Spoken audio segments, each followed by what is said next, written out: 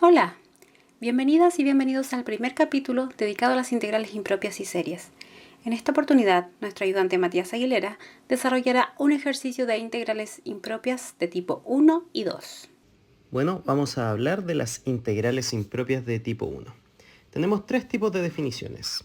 La primera, si la integral que va desde a hasta t de f de x existe para todo número t mayor o igual a a, entonces la integral que va desde a hasta infinito de f de x puede escribirse como un límite de t tendiendo a infinito de la integral de a hasta t de f de x en dx, siempre que este límite exista como un número finito. Lo mismo podemos ver en el caso de que vayamos desde menos infinito hasta un número b, en el caso b que le estoy poniendo aquí. Y esto también puede denotarse como un límite t que tiende a menos infinito de una integral que va desde t hasta b de f de x en dx. El caso c al final es obviamente una integral que va desde menos infinito hasta infinito, la cual podemos separar en dos partes y reescribir cada una por separado como los límites que ya analizamos anteriormente. Por lo tanto, no olvidar, una integral de tipo 1 es simplemente una integral que en alguno de los límites de integración o ambos tiende hacia el infinito o al menos infinito. A partir de este cálculo se saca un resultado bastante importante que nos va a ser útil sobre todo en la parte de convergencia y divergencia de series, en el que la integral que va desde 1 hasta infinito de 1 partido en x elevado a p va a ser convergente siempre que p sea mayor a 1 y divergente si p es menor o igual a 1. Entonces esto se ocupa como criterio de convergencia, un criterio p. Por lo tanto, nunca hay que olvidarse de este resultado. Ahora hablaremos un poco de las integrales impropias de tipo 2. El otro tipo de integral no es tanto que se vaya a infinito en un límite de integración, sino que estamos pasando por un número en el cual la integral podría ser discontinua. Entonces los casos que se ponen son los siguientes. En el a, si f es continua entre a cerrado y b abierto, y es discontinua en b, entonces la integral desde a hasta b de f de x en dx, como no puede calcularse directamente, se va a calcular a través de un límite donde t tienda a b por la izquierda, desde a hasta t de f de x en dx. Generalmente se pregunta por qué por la izquierda o por qué por la derecha. Bueno, por la izquierda en este caso, porque recordemos que es discontinua en b, así que no podríamos acercarnos por la derecha a esta discontinuidad, sobre todo si estamos trabajando en ese intervalo. El caso contrario es cuando a, en el intervalo de a a b, a sea discontinua. Por lo tanto, ahí, como nos vamos a estar acercando por la derecha, vamos a necesitar un límite de t tendiendo a por la derecha, de la integral que va desde t hasta b. Siempre que exista este límite, obviamente recordemos que todas estas integrales deben existir para decir que son prácticamente convergentes. Y en el c pasa exactamente lo mismo que en el caso anterior. Es cuando tenemos discontinuidades tanto arriba como abajo, o en más de algún punto, porque ojo, muchas veces las integrales que nos van a hacer calcular tienen discontinuidades entre medio, y eso no es tan claro de ver en algunos casos. Entonces siempre pregúntense, ¿en el intervalo de integración hay alguna discontinuidad? Y si la respuesta es sí, siempre separar esa integral para dejar bien apartadas las discontinuidades asociadas. Bueno, ¿y qué pruebas de comparación tenemos para integrales impropias? Si consideramos que f y g son funciones continuas, tales que f siempre es mayor o igual a g y ambas son mayores o iguales a 0 para cualquier x mayor o igual a a, vamos a decir, si la integral de a hasta infinito de f de x es convergente, entonces la integral de g de x en el mismo intervalo también lo será. Una forma fácil de pensarlo es, si la función que es más grande converge, entonces la que es más pequeña debería converger también porque en teoría acumula menos área, por decirlo de alguna forma. Y el caso contrario, si la integral de g de x, que es la pequeña, es divergente, por lo tanto la que es más grande, que en este caso sería la de f de x, también sería divergente. Ejercicio 1. Evalúe las siguientes integrales. Como estamos viendo, tenemos que resolver dos integrales impropias y lo primero es reconocer cuáles son los tipos de indeterminaciones o el tipo de integral que tenemos que resolver. Si nos damos cuenta, en nuestra primera integral vamos a tener un límite hacia el infinito y también vamos a tener una indeterminación en 3.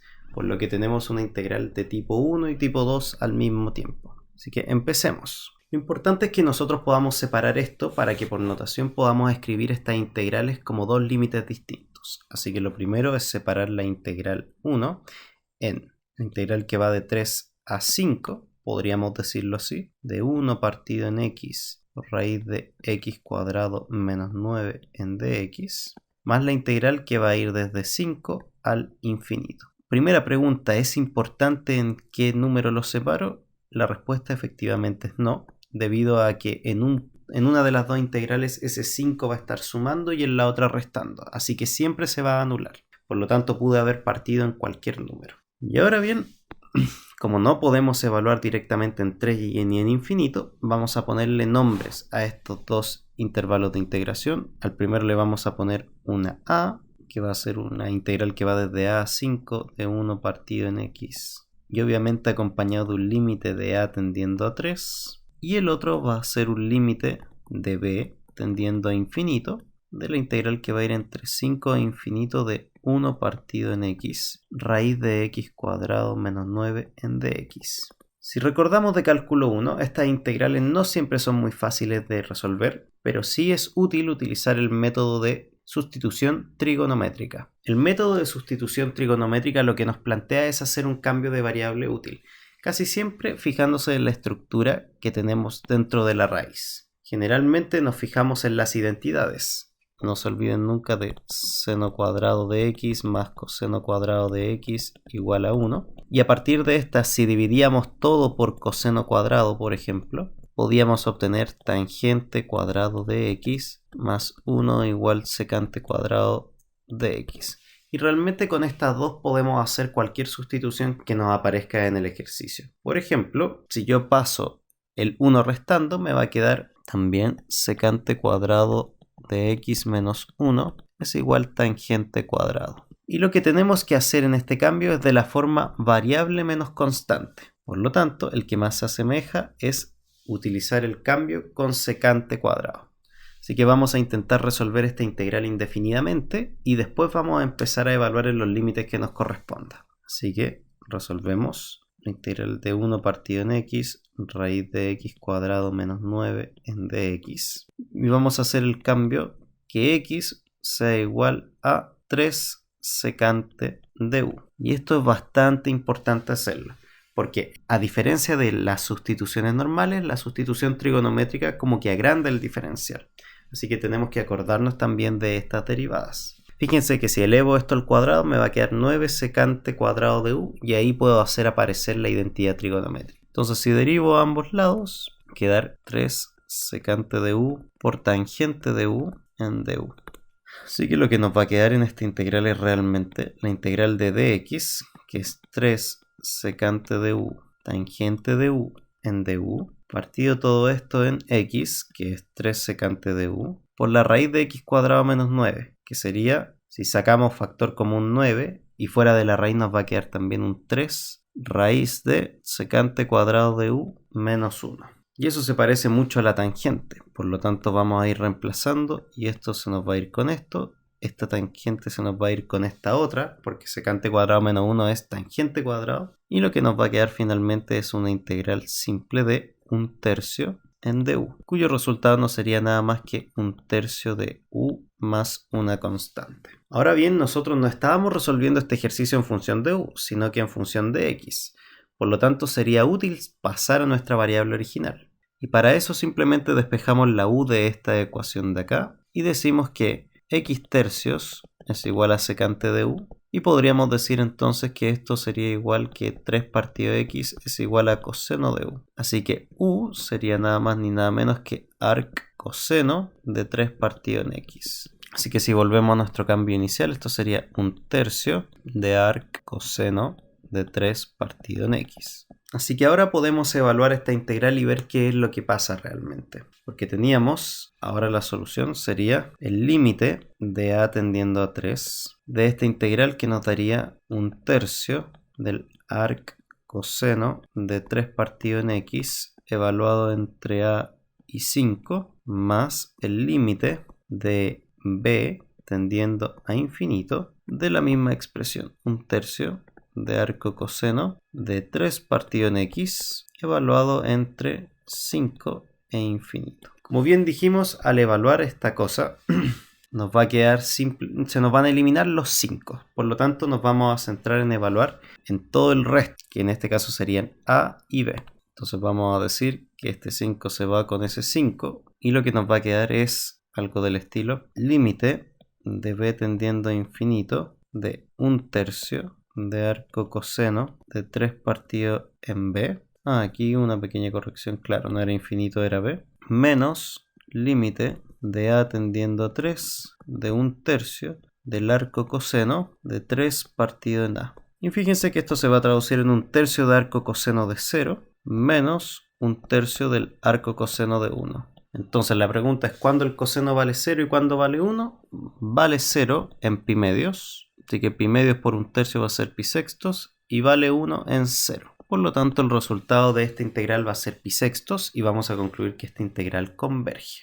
Ahora continuamos con nuestra segunda integral, que si nos damos cuenta no tiene indeterminaciones, sino que solo es una integral que se va al infinito. Por lo tanto la resolvemos pensando en eso. Así que intentamos separar esto en dos integrales distintas de la forma 0 a b también. Vamos a tener un límite de b tendiendo a infinito de x partido en x cuadrado más 1 en dx menos, y vamos a ponerle otra letra, pero en la práctica sería exactamente lo mismo. No, mejor dejemos el mismo b, límite también de b tendiendo a infinito de la integral entre 0 y b de 3 partido en 3x más 1 en dx. En este caso la primera integral puede resolverse por un cambio de variable, diciendo que u sea igual a x cuadrado más 1. Entonces el de u me va a dar 2x en dx. O dicho de otra forma, que el x de x va a ser igual a du medios. ¿Qué pasa si u tiende a 0? Más bien, si x tiende a 0, u tiende a 1. Y si x tiende a infinito, u también. Por lo tanto, podríamos decir de que esto nos va a seguir quedando con un límite de b tendiendo a infinito de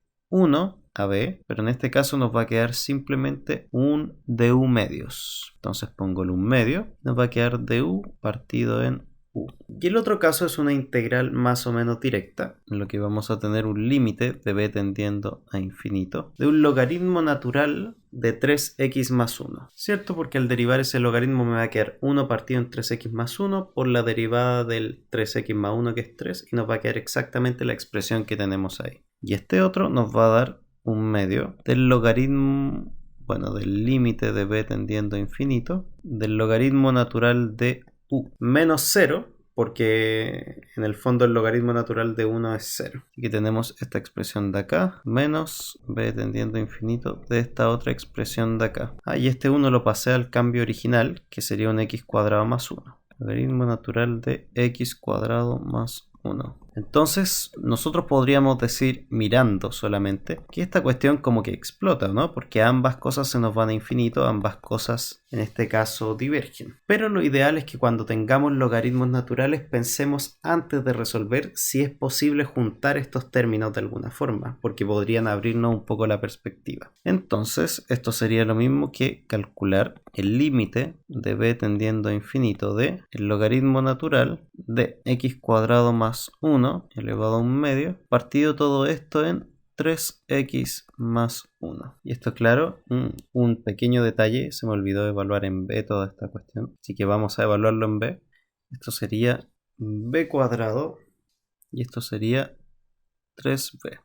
Así que lo que podríamos pensar, este límite es de la forma infinito partido en infinito, así que podríamos intentar hacer la regla del L'Hopital, porque recuerden que al final los límites se pueden meter dentro de funciones continuas y lo que vamos a obtener entonces es un logaritmo natural de el límite de b cuadrado más 1 a la 1 medio partido en 3b más 1. Entonces si derivo arriba y abajo, lo que me va a quedar es logaritmo natural de el límite de b tendiendo a infinito. Abajo me va a quedar simplemente un 3. Y arriba lo que voy a obtener es un medio, o sea, me va a aparecer aquí un medio de b cuadrado más 1 a la menos 1 medio por la derivada del de adentro, que va a ser 2b. Contamos esta expresión un poquito, nos va a dar logaritmo natural de el límite de b tendiendo a infinito de 1/6. No, ¿cierto? Se nos va este con este otro y simplemente nos va a quedar b partido en 3 veces la raíz de b cuadrado más 1. Y fíjense que el grado del de arriba y el de abajo es exactamente el mismo. Así que podríamos multiplicar por 1 partido en b acá, por 1 partido en b acá.